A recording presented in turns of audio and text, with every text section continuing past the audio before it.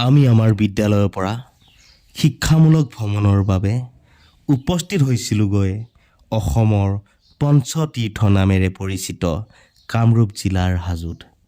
গুৱাহাটীৰ পৰা প্ৰায় ৩২ কিলোমিটাৰ দূৰত্বত অৱস্থিত ধৰ্মৰ মিলন তীৰ্থ হয়গ্ৰীৱ মাধৱ মন্দিৰৰ লগতে কেদাৰেশ্বৰ, কামেশ্বৰ, কমলেশ্বৰ আৰু গণেশ মন্দিৰকো লৈ পঞ্চতীৰ্থ।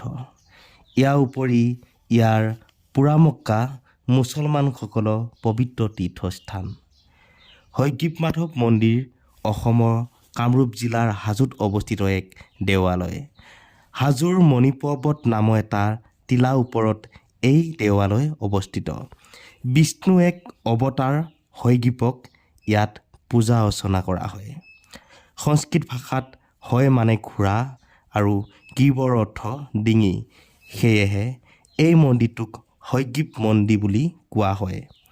বৌদ্ধ ধৰ্মীসকলৰ বাবেও ই এক পবিত্ৰ স্থান।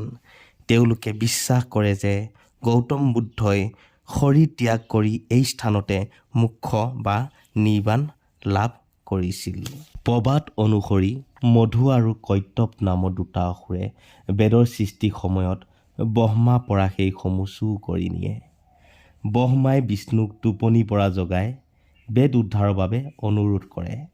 তেতিয়া বিষ্ণুৱে হয়গ্ৰীৱৰ ৰূপ ধাৰণ কৰি ৰসাতললৈ যায় আৰু বেদসমূহ উদ্ধাৰ কৰি আনি ব্ৰহ্মাক দিয়ে। ইয়াৰ পিছত বিষ্ণুৱে উত্তৰ পূবলৈ আহি হয়গ্ৰীৱ ৰূপত শুই পৰে। মধু আৰু কৈতৱ ঘূৰি আহি বিষ্ণুক যুদ্ধলৈ মাতে।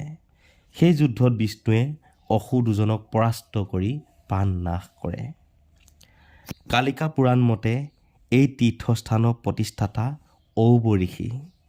ভগৱান ঔব ঋষিৰ তপস্যা ভংগকাৰী জবাসুৰ, হয়াসুৰ আদি ৫জন অসুৰক বধ কৰি হয়গ্ৰীৱ মাধৱ নামেৰে এই পৰ্বতত অৱস্থান কৰি আছে।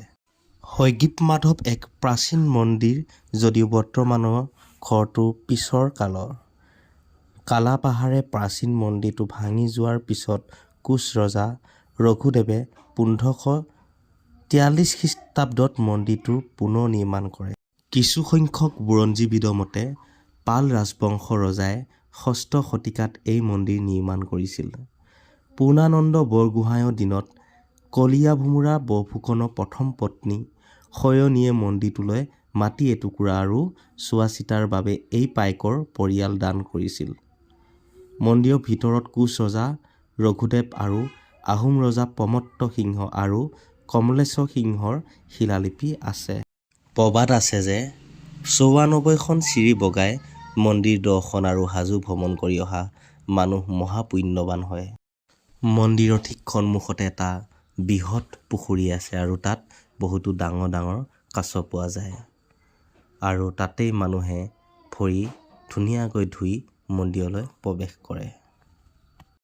হয়গ্ৰীৱ মাধৱ মন্দিৰ দৰ্শন কৰি আমি মদনাচল পৰ্বতমালাৰ গছ-গছনিৰ মাজেৰে অকোৱা পকোৱা পথেৰে কেদাৰেশ্বৰ মন্দিৰৰ বাহিৰেও অন্য এক জয়দুৰ্গা মন্দিৰ পোৱা যায়, তাত আমি যাই উপস্থিত হ'লোগৈ। ১৭৭৪ খ্ৰীষ্টাব্দত লক্ষ্মী সিংহই জয়দুৰ্গাৰ মন্দিৰ কেদাৰেশ্বৰ মন্দিৰৰ ওচৰতে সাজি উলিয়ায়। ইয়াৰ পৰিচালনাৰ দায়িত্ব অন্য এজন দলয়ৰ তত্বাৱধানত ৰাখে। মদনাচল পৰ্বতত অৱস্থিত কেদাৰেশ্বৰ মন্দিৰ এক পবিত্ৰ তীৰ্থস্থান। ইয়াৰ উপাস্য দেৱতা হ'ল শিৱ।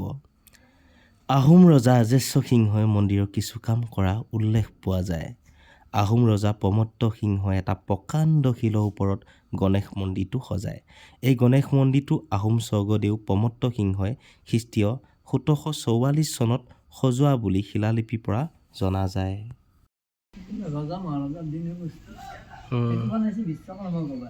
এইটো মুকুটটো বিশ্বকৰ্মাই বনাইছে নে? এইটো পুখুৰীটো পানী কেতিয়াও নুশুকায়।